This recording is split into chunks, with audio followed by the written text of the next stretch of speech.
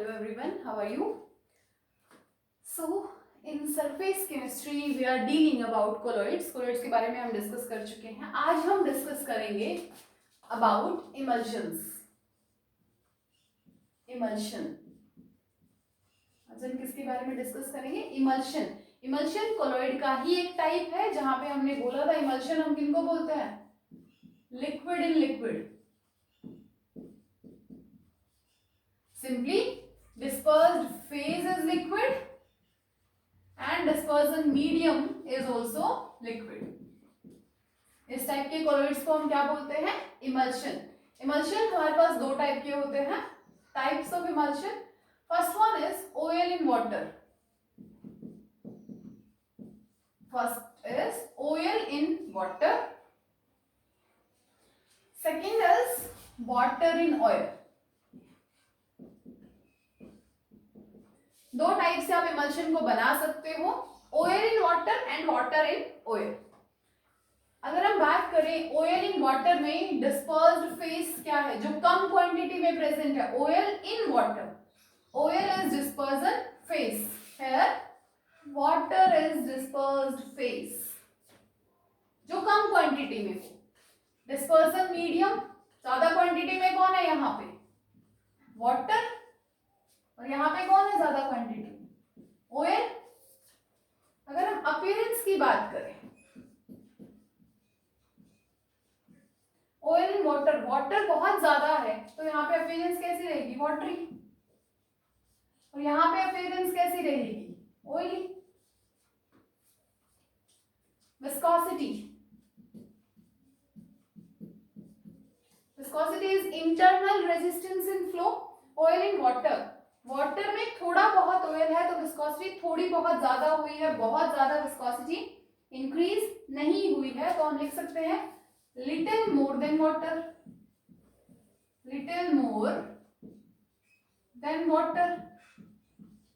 अगर आप यहाँ पे देखें वाटर इन ऑयल, ऑयल बहुत ज्यादा है, वाटर कम है, तो वाटर के कंपैरिजन में इसकी विस्कोसिटी क्या हो जाएगी? More than water. वाटर से बहुत ज्यादा, यहाँ पे वाटर से थोड़ी बहुत ज्यादा, यहाँ वाटर से बहुत ज्यादा विस्कोसिटी हो जाएगी. इलेक्ट्रिकल कंडक्टिविटी की अगर बात की जाए, इलेक्ट्रिसिटी इन दोनों इमल्शंस में से कौन सा सॉल्यूशन पास करेगा? वाटर पोलर है, आयंस हैं, इलेक्ट्रिसिटी पास हो सकती है, जबकि ऑयल ज्यादा क्वांटिटी में प्रेजेंट है जो कि एक नॉन पोलर चीज है हमारे पास. So oil in water, electrical conductivity comparatively high. This one very low. Low क्यों है? समझ आया? ऑयल एक नॉन पोलर सब्सटेंस है, वहां पे वाटर बहुत कम है, इसलिए इलेक्ट्रिकल कंडक्टिविटी भी क्या रहेगी? कम रहेगी. डाइल्यूशन टेस्ट, मोस्टली ये टेस्ट ना इन दोनों को सेपरेट आउट या इनको डिफरेंशिएट करने के काम आता है. डाइल्यूशन टेस्ट की बात करें, ऑयल इन वाटर को अगर हम थोड़ा बहुत पानी डालें, इन दोनों ही इमल्शंस में हमें 1 लीटर पानी ऐड करना है, तो कौन से वाला इमल्शन डाइल्यूट हो जाएगा? This one. और ये डाइल्यूट नहीं होगा. सो oil in water can be diluted,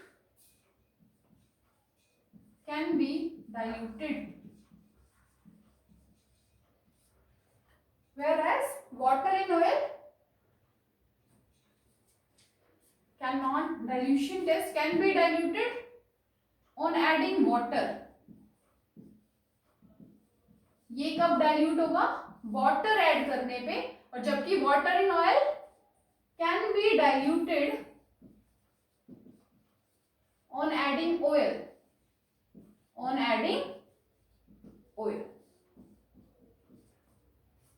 clear है यहां तक? Disperse phase, appearance, viscosity, electrical conductivity, dilution test. Spreading tendency की अगर हम बात करें, स्प्रेड कौन सा इमल्शन किस में करेगा इजीली? Oil in water. अगर हम यहाँ पे इस इमल्शन को वाटर में डालें तो वाटर के साथ इजीली मिक्स हो जाएगा, और ये कहाँ पे इजीली स्प्रेड करेगा? वाटर सरफेस पे. अगर हम इनकी स्प्रेडिंग टेंडेंसी की बात करें, we are dealing about spreading tendency.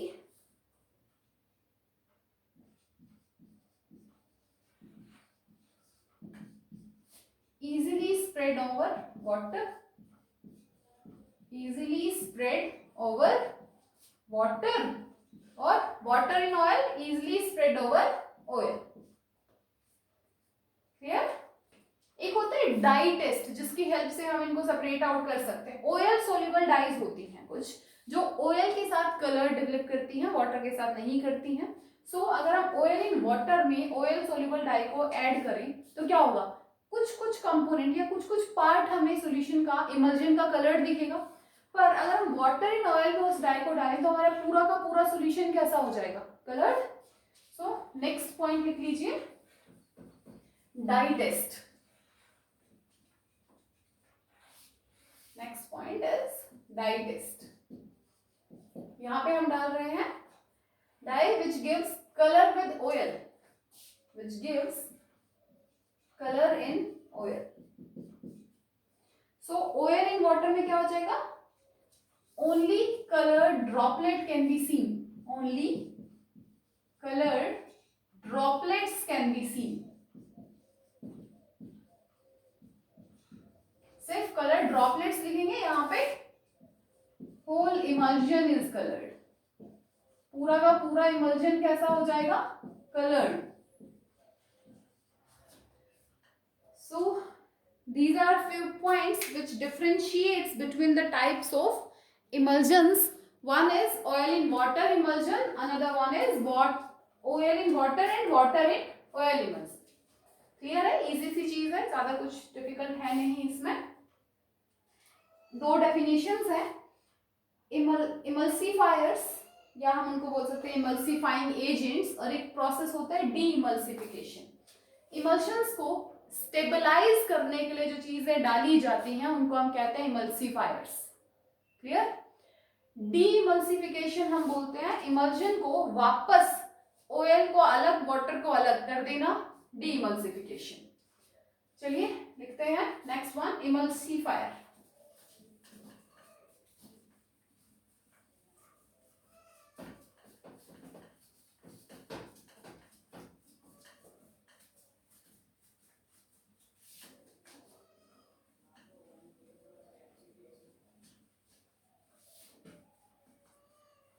Next one लिखिए, इमल्सिफायर्स.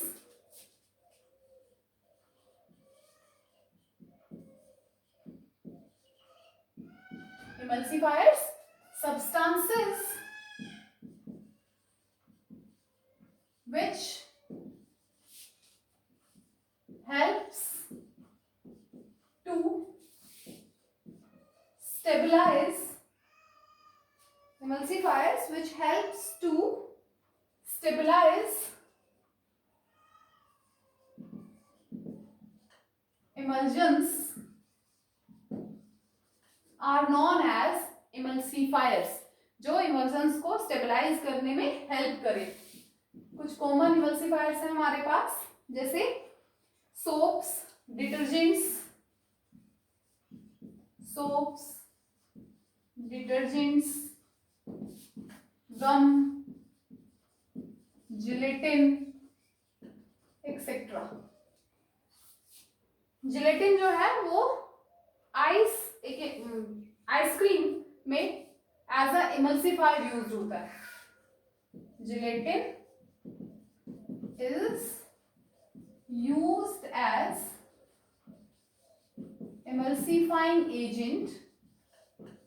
इमल्सिफायर बोल सकते हो या आप इमल्सिफाइंग एजेंट्स भी बोल सकते हो, which is commonly added to ice cream and ice cream.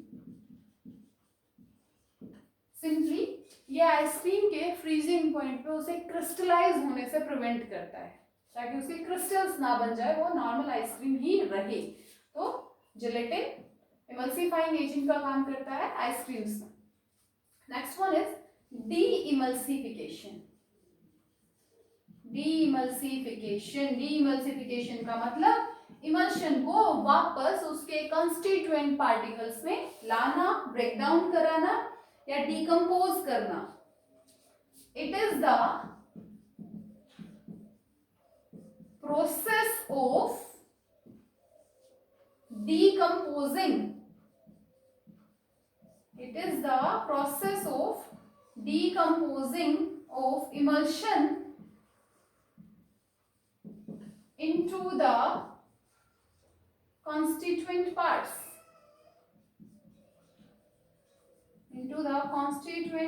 parts, जिनसे मिलके इमल्शन बना है, वापस उन्हीं में उसको जब डिकम्पोज कर दिया जाता है तो उस प्रोसेस को क्या कहते हैं? डीइमल्सिफिकेशन। और डीइमल्सिफिकेशन हम करते हैं via centrifugation, filtration, boiling, freezing etcetera. Centrifugation से आप सेपरेट कर सकते हो कंपोनेंट्स को, बॉइलिंग से कर सकते हैं,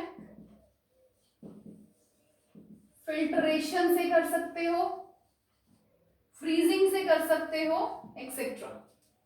this is all about emulsions. Note कीजिए इसको। उसके बाद हम नेक्स्ट टॉपिक स्टार्ट करेंगे which is colloids around us. हमारे आसपास में कोलोइड्स के जो वेरियस एग्जांपल्स हैं उनको हम लोग डिस्कस करेंगे।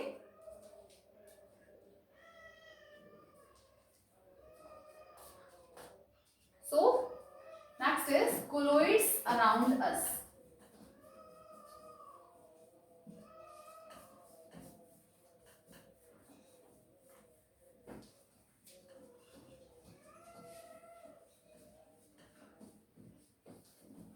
पहला एग्जांपल जो हमारे डेली बेसिस के एग्जांपल्स ही हम डिस्कस करेंगे, colloids around us।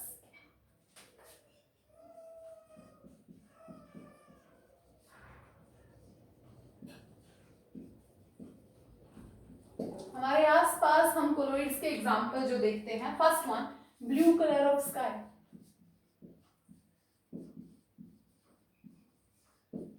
ये जो स्काई का ब्लू कलर दिखता है ये कोलोइड्स की वजह से ही दिखता है, क्योंकि हमारे एनवायरनमेंट में बहुत सारे डस्ट पार्टिकल्स सस्पेंडेड हैं। उन डस्ट पार्टिकल्स की वजह से सनलाइट स्कैटर होती है और हमें अपना स्काई कैसा दिखता है? ब्लू कलर का नजर आता है।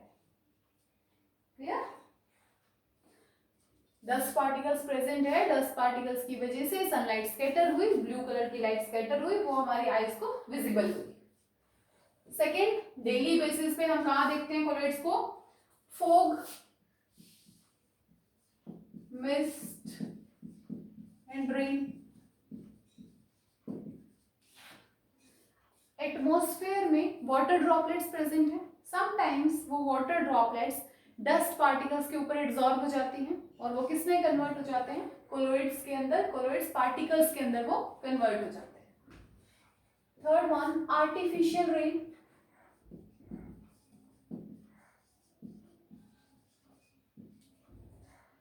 देखो आर्टिफिशियल रेन्स में क्या होता है, जो वाटर ड्रॉपलेट्स हैं वो चार्ज पार्टिकल्स हैं हमारे सरफेस में, सराउंडिंग में। अब वहां पे अगर हम अपोजिटली चार्ज पार्टिकल्स का स्प्रे कर दें with the help of aeroplanes, तो वो क्या करेंगे?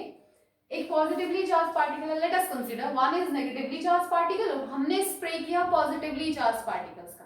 दोनों ने आपस में क्या किया? कोएगुलेट किया, their size increase and they fall down in the form of rain. Clear है? Next one is in formation of river delta. Formation of river delta. देखिए अब रिवर जो है उसके पास चार्ज पार्टिकल्स, कोलोइड्स हैं। रिवर में various colloids हैं। सी water, सी water के पास इलेक्ट्रोलाइट्स, सी वाटर के पास है इलेक्ट्रोलाइट्स है। जब रिवर सी के कांटेक्ट में आती है तो वहां पे क्या होता है? ये चार्ज पार्टिकल्स जो हैं इन इलेक्ट्रोलाइट्स की वजह से क्या हो जाते हैं? न्यूट्रल। कोएगुलेशन स्टार्ट होती है और at the point they meet, at the point they meet, जिस पॉइंट पे ये मिलते हैं, rise in river bed takes place. उस पॉइंट पे पार्टिकल्स कोएगुलेट होके एक डेल्टा की तरह फॉर्मेशन हो जाती है, जिसको हम बोलते हैं रिवर डेल्टा। क्यों बनता है? रिवर में चार्ज पार्टिकल्स थे, कोलोइड्स थे रिवर के पास, सैंड, क्ले, ये सब रिवर के पास कंटेन था। सी वाटर के पास इलेक्ट्रोलाइट्स थे, जब वो मिले तो वहां पे एक्यूमुलेशन हुआ, कोएगुलेशन हुआ, जिसकी वजह से एक राइज फॉर्म हो गए, राइज पार्टिकल्स एक जगह पे इकट्ठा होने लग गए, जिसको हमने बोला river delta. Next is blood.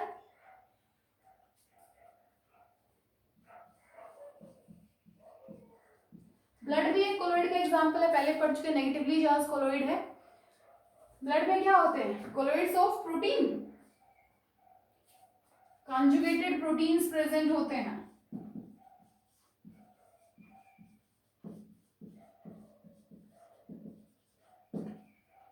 क्या ब्लड भी किसका एग्जांपल है? कोलोइड का एग्जांपल है। और कोई एग्जांपल? फूड आर्टिकल्स हमारे, बहुत सारे फूड आर्टिकल्स ऐसे हैं जो कोलोइड्स के एग्जांपल है, जैसे बटर, जेली एक्सेट्रा। ठीक है, तो ये कुछ कोलोइड्स थे जो हमारे डेली लाइफ के बेसिस पे, डेली लाइफ में हम इनको डेली देखते हैं।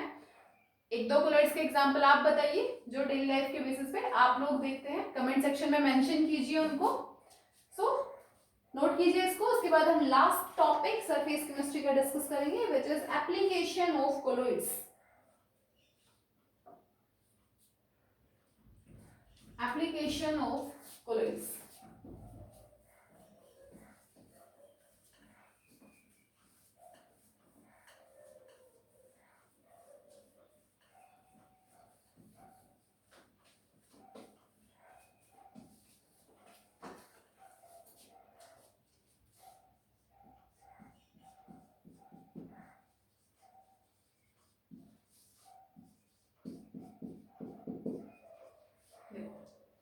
फर्स्ट अगर हम बात करें, एक इंस्ट्रूमेंट होता है कोट्रेल प्रेसिपिटेटर। Cottrell precipitator. देखो, हमें एक चीज पता है, आज के टाइम पे एयर पोल्यूशन में सबसे बड़ा रोल प्ले करती हैं फैक्ट्रीज, जिनमें से स्मोक निकलता है। उस स्मोक में नंबर ऑफ डस्ट पार्टिकल्स होते हैं, इम्प्योरिटीज होती हैं, चार्ज्ड पार्टिकल्स होते हैं, जो एनवायरनमेंट में रिलीज कर दिए जाते हैं जब ह्यूमन या फिर एनिमल्स कोई भी उसको इनहेल करता है, which is quite harmful for us. ठीक है, वो चार्ज पार्टिकल्स क्या हैं? कोलोइड्स हैं। सो क्या किया जाता है, कोट्रेल प्रेसिपिटेटर एक ऐसा मशीन है जिसको चिमनी के फैक्ट्रीज से जहां से फैक्ट्रीज से स्मोक बाहर निकलता है, उसके माउथ पे प्लेस कर दिया जाता है। इस प्रेसिपिटेटर में हम दो मेटल इलेक्ट्रोड्स को कनेक्ट करते हैं with a battery and passing very high voltage, around 50,000 voltage pass किया जाता है।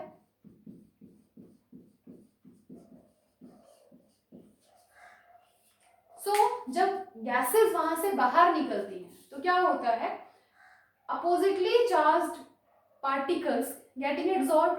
अब अगर उस गैस में, उस स्मोक में कोई पॉजिटिवली चार्ज पार्टिकल कोलोइड था, वो नेगेटिव इलेक्ट्रॉन के साथ जाके स्टिक कर जाएगा। कोई नेगेटिव चार्ज पार्टिकल था तो वो पॉजिटिव पार्ट के साथ स्टिक हो जाएगा।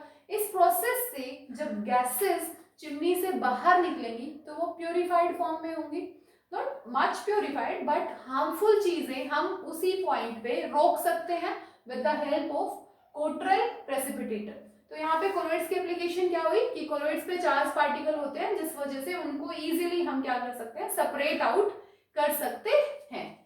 क्लियर है? कोट्रेल प्रेसिपिटेटर चिमनी से जो स्मोक निकलता है, धुआं निकलता है फैक्ट्री से, उसको प्योर करने के लिए हम इसको यूज करते हैं। That smoke contains number of colloidal particles which are charged.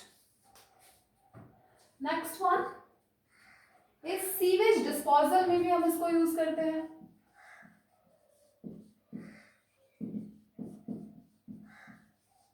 पता है आज के टाइम पे बहुत सारे सीवेजेस ऐसे हैं जिनको डायरेक्टली रिवर में छोड़ दिया जाता है, रिवर भी गंदी हो रही है उस वजह से।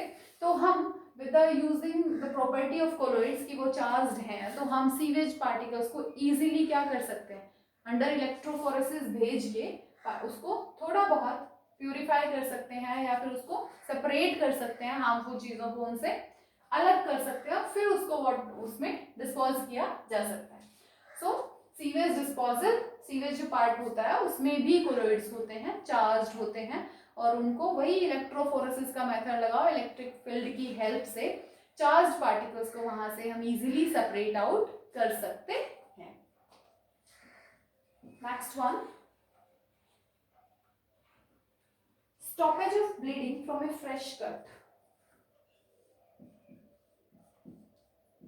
Stoppage of bleeding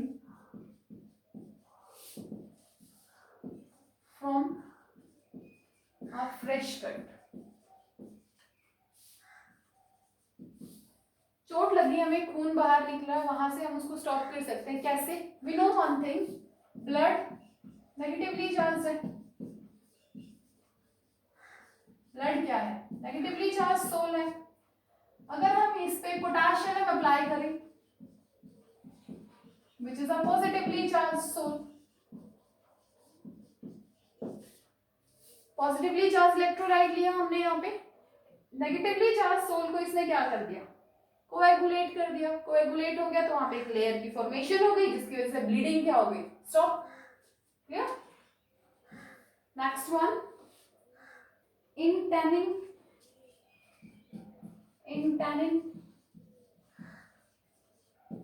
tanning process होता है बेटा हार्डनिंग ऑफ लेदर। लेदर को हार्ड करने के प्रोसेस को हम क्या कहते हैं? टैनिंग।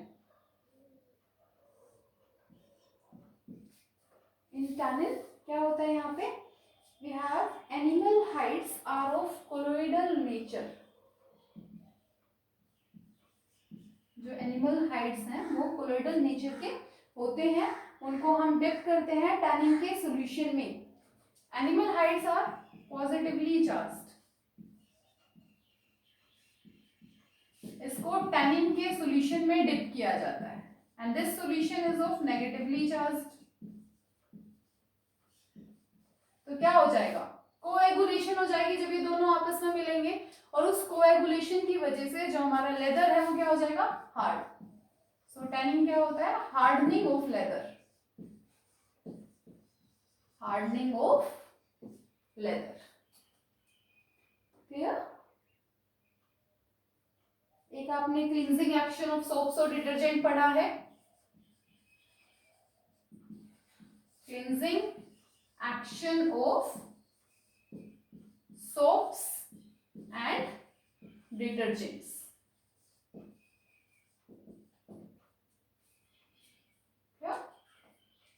ये कुछ एप्लीकेशंस है कोलॉइड्स की जो हम डिस्कस करते हैं। एक और देखिए, फोटोग्राफिक प्लेट्स और फिल्म्स।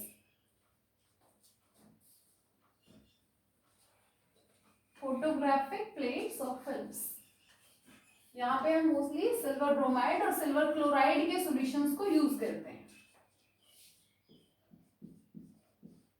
फोटोग्राफिक प्लेट्स और films.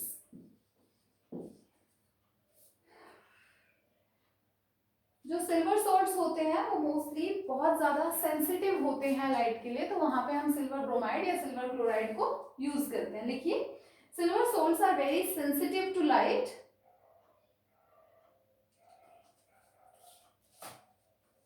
Silver salts are very sensitive to light. Directly ये लाइट के लिए बहुत ज्यादा सेंसिटिव होते हैं, तो हम क्या करते हैं? हम इनके इमल्शंस प्रिपेयर करते हैं। क्या करेंगे? हम इनके इमल्शन प्रिपेयर करेंगे in gelatin. An emulsion of silver salts in gelatin is used in, किसमें यूज करते हैं? फोटोग्राफिक प्लेट्स में। फोटोग्राफिक प्लेट्स या फोटोग्राफिक फिल्म्स बनाने में हम एक इमल्जन को यूज करते हैं, क्योंकि अकेला अगर सिल्वर सॉल्ट लेते हैं तो वो बहुत ज्यादा सेंसिटिव होते हैं लाइट के लिए। This is all about surface chemistry. अगर आपको इसमें कुछ डाउट रहता है तो आप पूछ सकते हैं।